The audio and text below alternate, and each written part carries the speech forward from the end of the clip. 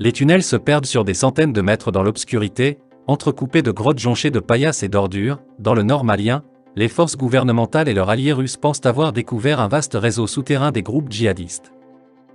Le dédale est creusé dans une colline rocheuse, voitures et blindés calcinés laissés à l'abandon le long de la route de terre menant à l'entrée de ce réseau souterrain, qui a pu abriter jusqu'à 5000 personnes, selon l'armée russe, organisatrice d'une visite des lieux pour un groupe de médias internationaux, dont l'AFP. À l'entrée, un mur en briques portant des traces de brûlure donne la voie sur une série de tunnels, parfois à peine assez larges pour pouvoir rester debout, et connecte des pièces creusées à même la roche, salle de prière, atelier de fabrication de drones, toilettes et même une prison, située sur un autre flanc. Nous pensons que le complexe a été creusé il y a 4 ans avec des outils sophistiqués, un équipement dont nous ne disposons pas au Mali, assure le colonel Wag de l'armée malienne, en faisant la visite des lieux au milieu de démineurs de l'armée russe. Ceux qui se trouvaient ici ont battu en retraite vers le nord.